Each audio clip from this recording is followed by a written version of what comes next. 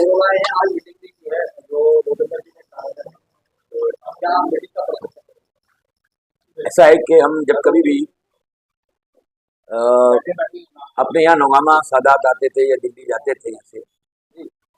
तो गजरौला एक समझता हूँ कि पश्चिमी उत्तर प्रदेश का ये एपिक सेंटर है। इस जगह पर एक कमी महसूस होती थी कि समाजवादी पार्टी के लोग, नेता एक जगह जमा होकर कहीं आप प्रेस वालों के सामने अपनी बात रखें। हमारा कोई कार्यालय अमरोहा में तो है, लेकिन यहाँ पर गजरौले में नहीं था। मैं भूपेंद्र चौधरी जी को इस चीज़ की बधाई देता हूँ कि उन्होंने बहुत खूबसूरत कार्यालय बनाकर इसकी शुरुआत की। और अब जब कभी भी किसी भी पॉलिटिशियन को, हमारी पार्टी के नेता को प्रेस कॉन्फ्रेंस करनी होगी तो कहीं और जाने की ज़रूरत नहीं होगी, वो यहाँ पे आके प्रेस कॉन्फ्रेंस कर सकते हैं। और आज मैंने कार्यकर्ताओं को यही कहा कि 2 साल जो है 2027 के चुनाव के रह गए हैं, और 2027 में इसमें कोई भी किसी की भी, इवन भारतीय जनता पार्टी के नेताओं की भी अगर राय पूछेंगे तो कोई दो राय नहीं है कि 2027 के चुनाव के बाद माननीय राष्ट्रीय अध्यक्ष श्री अखिलेश यादव जी इस प्रदेश के मुख्यमंत्री बनेंगे, समाजवादी पार्टी की सरकार आएगी। वो समाजवादी पार्टी की सरकार ही नहीं बल्कि पीडीए की सरकार आएगी। अब पीडीए की सरकार, अभी मुझे कल भी किसी प्रेस वाले ने पूछा था कि ये पीडीए से मतलब तो है पिछला दलित और अल्पसंख्यक, तो उसमें आपने स्वर्ण और जो है वो ठाकुर और पंडित लोगों को क्या अलग कर दिया है। तो ये वही लोग हैं, समाजवादी पार्टी के विरोधी लोग, जो ये चाहते हैं कि समाजवादी पार्टी एक सीमित पार्टी हो जाए। उन्हीं लोगों ने कभी समाजवादी पार्टी के वोट बैंक के लिए एमवाई कहा था कि इनके साथ एमवाई है, मुस्लिम और यादव, जबकि समाजवादी पार्टी में जो और पार्टी, जनेश्वर मिश्र जी को देखिए कि वो हमारी पार्टी में पार्टी के बेसिक नेता जो थे, जो बेस जिन्होंने बनाई थी,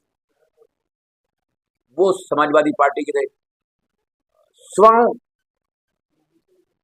समाज के राम मनोहर लोहिया हमारी पार्टी में एम बाई फैक्टर नहीं बल्कि हर वो पीड़ित जिसको प्रताड़ित किया गया है समाज के जरिए से, सरकारों के जरिए से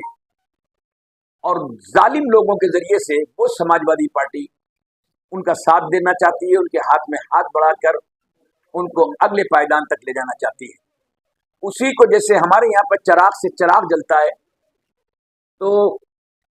माननीय राष्ट्रीय अध्यक्ष जी ने उसी मिशन को आगे बढ़ाकर समाजवादी पार्टी के जो वोटर्स को जमा करके एक पीडीए का रूप दिया, पीडीए का नाम दिया। इस पीडीए में जो पी है उससे पिछड़ा जाति के आधार पर पिछड़ा हुआ नहीं है, बल्कि जिसको समाज ने पिछड़े कर दिया है, जिसको शिक्षा ने पीछे कर दिया है, जिसको अर्थव्यवस्था ने पीछे कर दिया है, चाहे वो मुस्लिम हो, चाहे वो दलित हो, चाहे वो पंडित हो, चाहे वो ठाकुर हो, वो किसी भी जात का प्रताड़ित, पी से प्रताड़ित किया हुआ और पीछे किया हुआ, उसको समाजवादी पार्टी और राष्ट्रीय अध्यक्ष श्री अखिलेश यादव जी का हाथ सहारा बन के उसे पीछे के पायदान से आगे के पायदान पर लाने का काम करेगा। यही पीडीए का नारा है और यही पीडीए की आवाज़ है और यही पीडीए का संकल्प है। और एक दिन आप देखेंगे कि पीडीए जब राज करेगा तो फिर कोई पार्टी, कोई चीज़ उसको 100 साल भी पीछे हटाने का काम नहीं करेगी। मनीष यादव के एनकाउंटर को किस वजह से देखते हैं?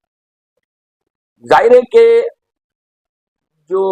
बाबा भीमराव अंबेडकर के संविधान ने एक सिर्फ आजाद आदमी को ही ताकत नहीं दी है, बल्कि एक जालिम से जालिम आदमी को भी संविधान ने उसको अपनी बात रखने का हक दिया है। भारतीय जनता पार्टी की सरकार ने अदालतों के फैसले अपने हाथ में सड़कों के जरिए से और अदालतों के फैसले